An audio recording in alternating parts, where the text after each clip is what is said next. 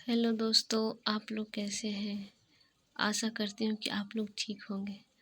आज मैं आप लोगों को ग्राम के बारे में बता रही हूँ। ग्राम ग्राम स्वर समूह स्यात् मूर्छनादि समाश्रय संगीत रत्नाकर में ये श्लोक कहा गया है। हमारा प्राचीन संगीत ग्राम सबसे संबंध रहा है।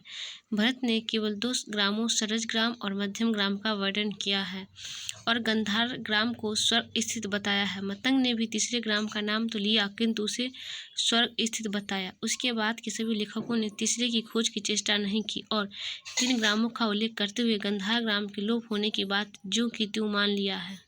संगीत रत्नाकर, संगीत मकरंद तथा अन्य कुछ ग्रंथों में गंधार ग्राम का थोड़ा बहुत उल्लेख मिलता है। कुछ विद्वानों का विचार है कि गंधार ग्राम वास्तव में निषाद ग्राम था, जो निषाद से प्रारंभ होता था। गंधार ग्राम के लोप होने का कारण नहीं बताया, केवल इतना ही कहा गया कि गंधर्वों के साथ यह भी स्वर्गों में चला गया, अतः केवल 2 ग्राम ही बचते हैं, षडज ग्राम और मध्यम ग्राम। पीछे हम देख चुके हैं कि ग्राम स्वरों का ऐसा समूह है जिससे मूर्छना की रचना होती है। यहाँ पर यह भी जानना आवश्यक है कि ग्राम के स्वर निश्चित श्रुत्यांतरों पर स्थापित हैं। किसी एक स्वर को अपने स्थान से हटा देने से ग्राम का स्वरूप बिगड़ जाता है, अतः ग्राम की परिभाषा इस प्रकार दी जा सकती है।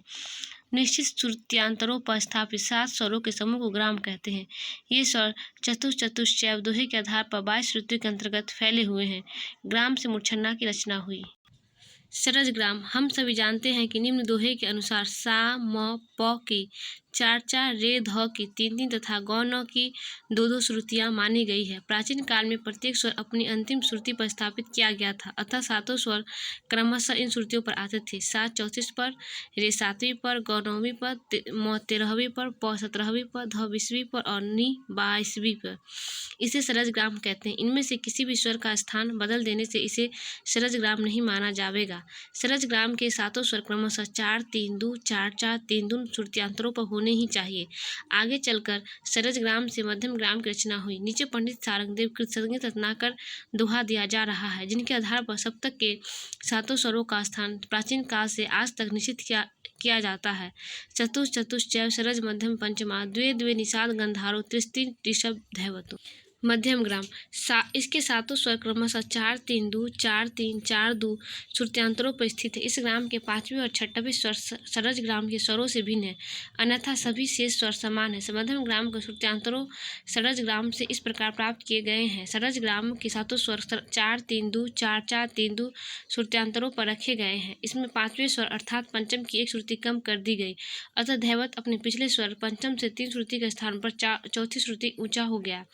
दूसरे शब्दों में प की 3 और ध की 4 श्रुतियाँ हो गई, अतः अब मध्यम ग्राम के 7 स्वर क्रमशः 4-3-2, 4-3, 4-2 श्रुतियों की दूरी पर स्थापित हो गए।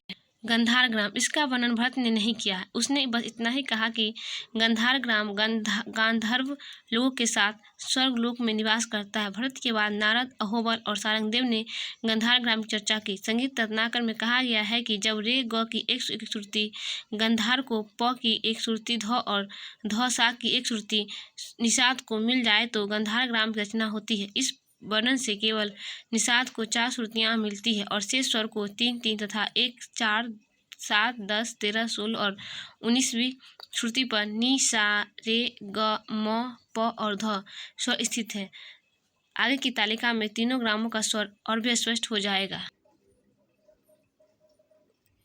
इसी तरह छोटे छोटे वीडियो लेके और आऊँगी, ज़रूर आऊँगी।